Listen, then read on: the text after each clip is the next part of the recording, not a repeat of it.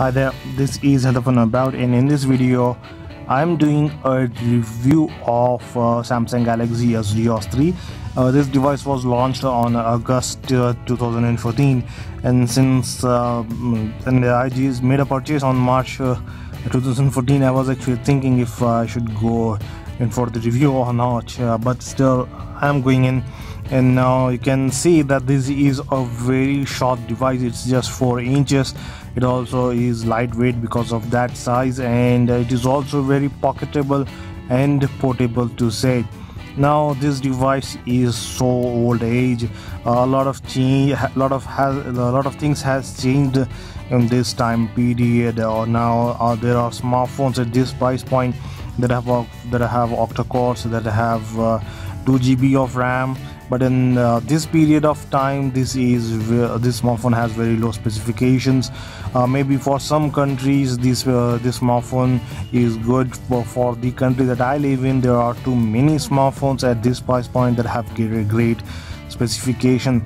This smartphone has only about a dual core processor, which is enough for day-to-day activity. For those who want to make calls, want to take notes of anything on the Google Keep, then they can do that very easily. They can use one application at a time, and that can be run on this device. This device also has 12 MB of RAM. That is also enough for quite a few activities, but not enough to run this device continuously.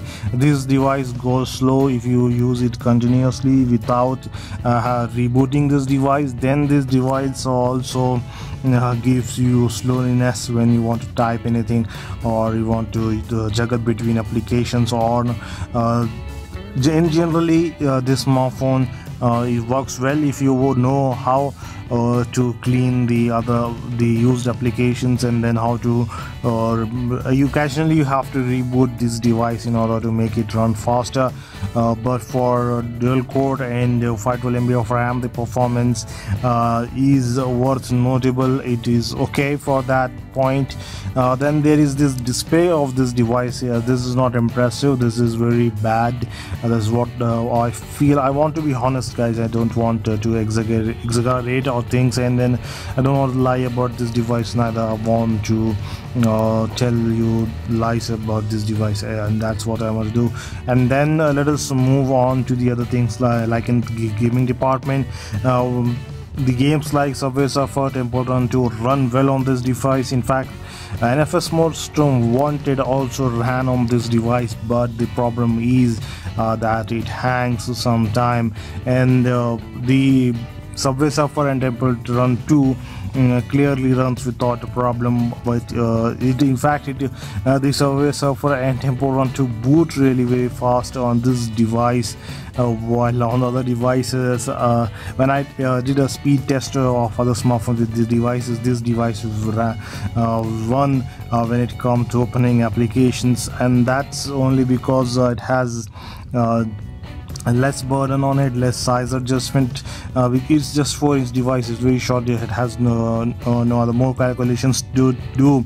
In terms of battery backup, it has only 1500 mAh battery. It's very weak. You won't even get a full day of battery. I'll have to charge it by the end of the day. In fact, even in the evening, if you have charged it in the morning, this is a terrible battery backup they have provided. The internal memory is limited to 4 GB, which is also sad. The camera on rear is 5 megapixel with LED flash, and the camera on the front is also there, and it is just an average camera. In fact, you can say more than average. They take some good photos under good lighting conditions. They are not bad, they are usable, but the speed, the slowness of this device kills this device. The specification of this device for this price point kills the device. Otherwise, it's an average device that I would not recommend to any friend at all. So that I would not recommend this to even you guys. Most of the people who are offline, they buy this device because they hardly know about any device. When they see that this is a Samsung and then it is coming at this price point, they just jump in and make a purchase. That's what they do, and that's what actually happened with Samsung Galaxy Z1 also. In Bangladesh, this was one of the most selling device because it's Samsung, and that the name itself sells the device. In this case, the Samsung Galaxy is not Samsung Galaxy S-Duos 3 is not a worth noting device. It is okay for the specification, but it is not okay for the price. In fact, for the specification, display is really dull, the device is slow, the device hangs, the device has too many things that it hinders your activity. So this is it, guys. This ends the review here. Thanks for watching.